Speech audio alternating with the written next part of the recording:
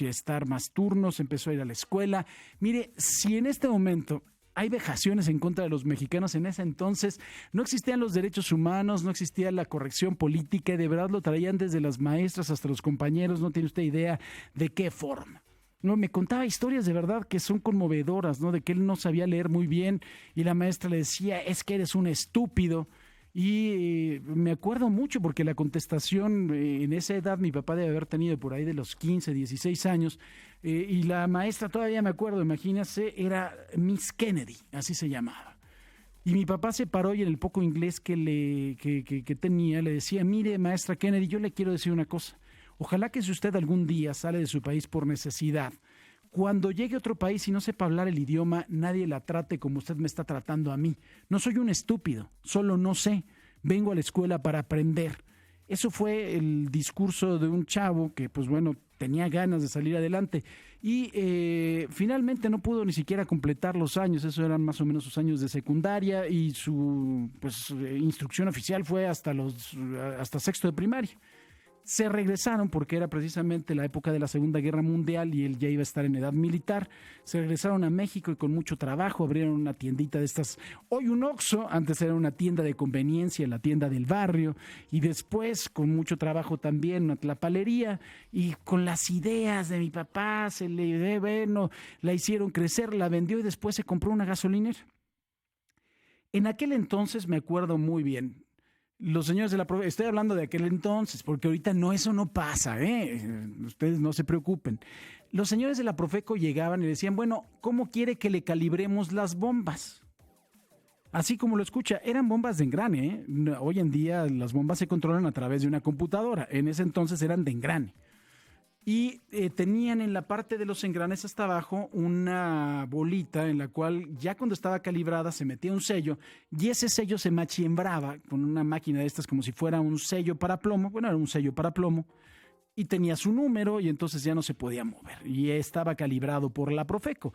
En aquel entonces daban el servicio de calibrarlo como usted lo quisiera, dependiendo de la cantidad de lana que usted le diera a los inspectores de la Profeco. En un principio eran los inspectores de la Secretaría del Departamento de Comercio, después de Secretaría de Comercio y Fomento Industrial, y después ya se hizo la Profeco, para que no vayan a decir que me estoy equivocando, porque lo tengo, no tiene usted idea qué grabado.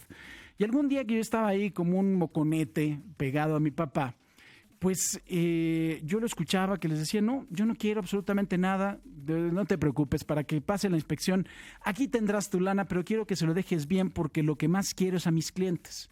Me enseñó de verdad a atenderlos, a salir, a estar ahí, a mancharme las manos con gasolina, aunque no me gustaba, se lo tengo que decir, pero me enseñó el valor del trabajo y el valor del trabajo honesto.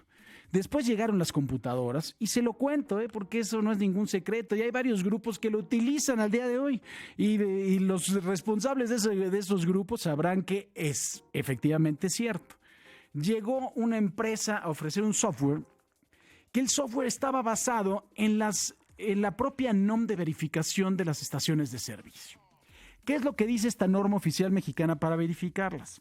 Primero dice, y ponga mucha atención, porque este es el quid del asunto, voy a hablar de los papás el día de hoy, pero también voy a hablar de cómo le pueden robar en una estación de servicio. No estoy hablando de que sean todos, nada más le estoy diciendo qué es lo que pasa en función de la norma. La norma dice que tendrá que darse esta verificación en horario de oficina. Luego entonces el software, porque ese horario de oficina está, según la ley, según la Corte, reconocido más o menos como de 9 de la mañana a 6 de la tarde. Primer cosa que hacía este software, como se controlaba a las bombas, pues era que le empezaban a usted a robar hasta las 9 de la mañana y le empezaban a robar otra vez a las 6 de la tarde. Esta norma de verificación dice que solamente se puede verificar en una cubeta o en una jarra medidora de 20 litros que esté certificada por un laboratorio. Luego entonces, a cualquier hora, le robaban a usted a partir del litro 21. Luego también tenía varias cosas. Después fueron sofisticando el software, y este software lo podían ustedes estar robando en cualquier momento y cuando llegaba la inspección le picaban también la computadora y estaban las bombas perfectamente calibradas, entre varias cosas más.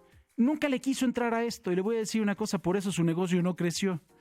Pero no creció su negocio, pero sí creció mi admiración por él. porque me enseñó cosas maravillosas y me enseñó de las cosas más importantes de mi vida, que es el valor del trabajo honesto, del trabajo de verdad constante, del trabajo de todos los días. No tengo nada en contra de los grandes grupos. Quizá alguna de las cosas que le puedo reclamar a mi papá es que nunca supo sumar con otros empresarios para hacer grupos más grandes, pero siempre fue una persona honesta. Era alguien que era incapaz de deber. No le debía un centavo a una tarjeta de crédito, no le debía un centavo a ningún proveedor y no le gustaba pedir créditos. Muy antiguo, pues sí, era su forma de trabajar y yo pues eso siempre lo respeté porque a mí nunca me dio por el comercio. Pero como le digo, yo creo que eso ha sido lo más grande que me ha dejado. Su forma también, sin duda, de respetar la vida, de disfrutarla maravillosamente. No tiene idea cómo disfrutaba la vida mi papá. Y eso también fue una gran lección. Si iba a comer, si salía de viaje, si podía darse un gusto con su mujer, lo disfrutaba hasta el último momento. Y siempre también fue un padre que tenía, pues por supuesto, muy claramente la guía del tiempo. Trate también de encontrar esa forma de disfrutar a su papá. De encontrarle también, mire, ya la edad que tienen cuando están más grandes no lo va a cambiar. Entonces, encuéntrele la vena y se le va a encontrar. Se puede lograr mucho más con miel que con hiel. Es un lugar común y una frase que es importante. Pero de verdad, disfrútelo. Si me está escuchando como padre, no pierda tiempo. Yo creo que en los últimos años, que mis hijas están más grandes, y bueno, yo creo que desde que nacieron, me han enseñado muchas más cosas de las que yo tendré la capacidad de enseñarles nunca. Y creo que también como país tenemos la responsabilidad, los padres de familia, de ser esos padres amorosos, de ser esos padres con una dirección firme, pero de verdad con toda la alegría y el cariño, contagiarles a nuestros hijos las ganas de tener sueños, de tener metas, de lograr algo en la vida.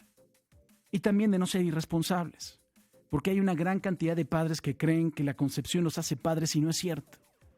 Yo de verdad desde aquí, porque además de todo mi propio papá fue papá de mis medios hermanos, de mis hermanos para mí, y nunca fueron sus hijos y siempre fueron para él una parte de sí mismo. A esos padres que tienen la capacidad de amar, a esos hijos que no son de su sangre, también mi reconocimiento. Y eso es ser mucho más padre que el que interviene en la concepción. Es que es mi sangre. No manche, hombre.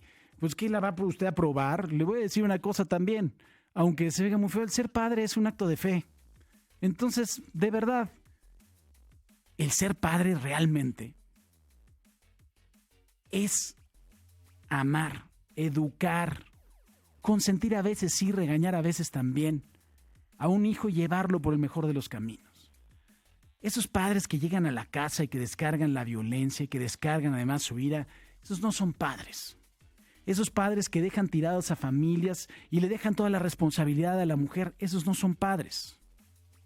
Aprendamos de verdad a ser padres y que tengamos esta oportunidad de conocer a nuestros padres y los padres de conocer a nuestros hijos. Eso es lo que yo le deseo. Y le deseo sin duda que al final de su vida, si usted es padre, sienta el mismo orgullo que yo sentí por el mío.